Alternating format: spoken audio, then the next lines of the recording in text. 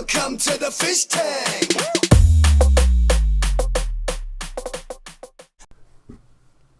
Hey everybody, Fishman here, and welcome to part 3 of you deciding how this filter is going to be put together.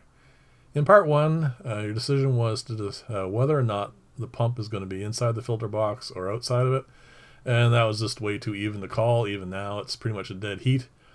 So I'm just going to pick one of them because we have to make this filter and get it going forward.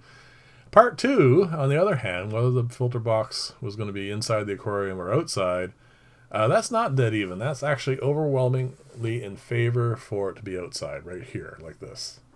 So I am going to turn this into a hob. A couple of people wanted it to be an above aquarium filter, but this particular shape is not really conducive to that. I will be doing some builds along those lines later on. And for those of you who wanted this box inside the aquarium, don't worry as well, because I do have some interesting builds for that as well. Now, to make this a hob, I need to drill some holes, and fortunately I had made these clamps a little while ago, and it makes it very easy to attach this to the milling machine and drill the holes. The nice thing about using the milling machine is I can make these holes completely parallel, which is, well, within a few hundredths of an inch anyway.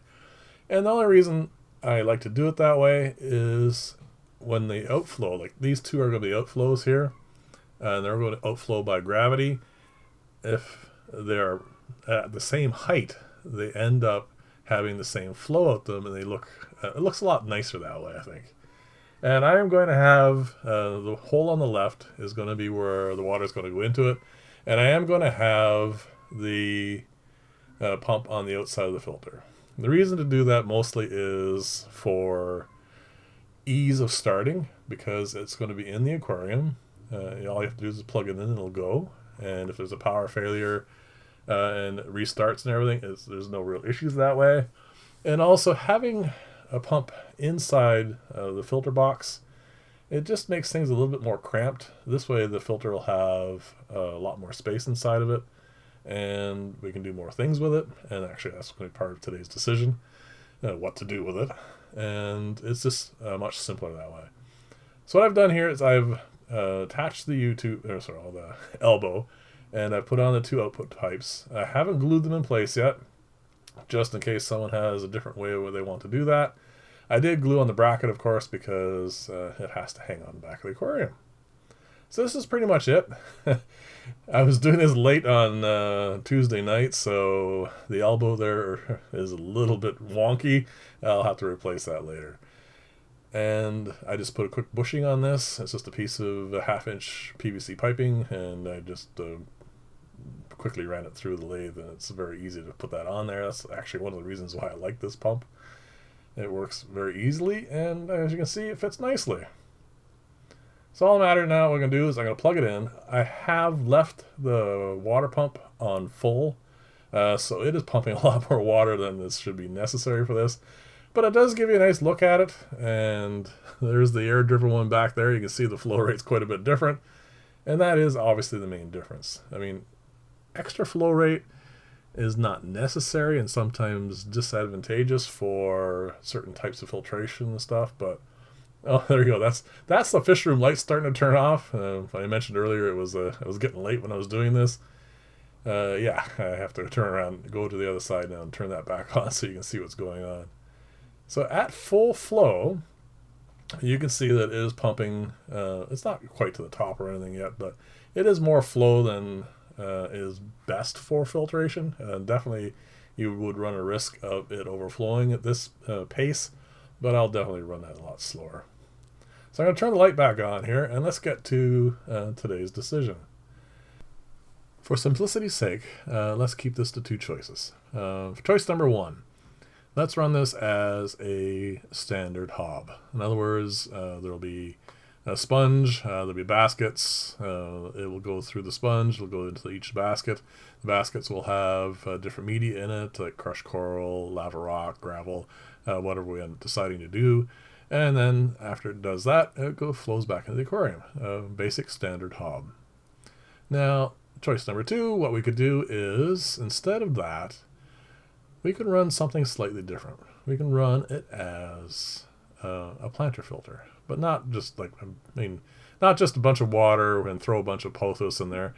Instead, what we could do is run that intake down to the bottom, put a bunch of lava rock and gravel in here so that it percolates up through that. And then when it gets to, we'll have like planted things in here, like, well, pothos is fine. But also you can put in a number of other things like aluminum plant and various canes and that sort of stuff. And it would be a filter, like a reverse flow underground filter, sort of, and also a planter filter. So I think those are two different enough choices. And as either one, it would work quite well. Obviously, as like the planter filter style, it is not going to have much in the way of mechanical filtration. But that really just, all that sort of just depends on what you want this to do, what you want it to look like. It doesn't really make enough of a difference, I think. If you wanted this to go on like a large tank with lots of big fish, obviously the standard hob would work better.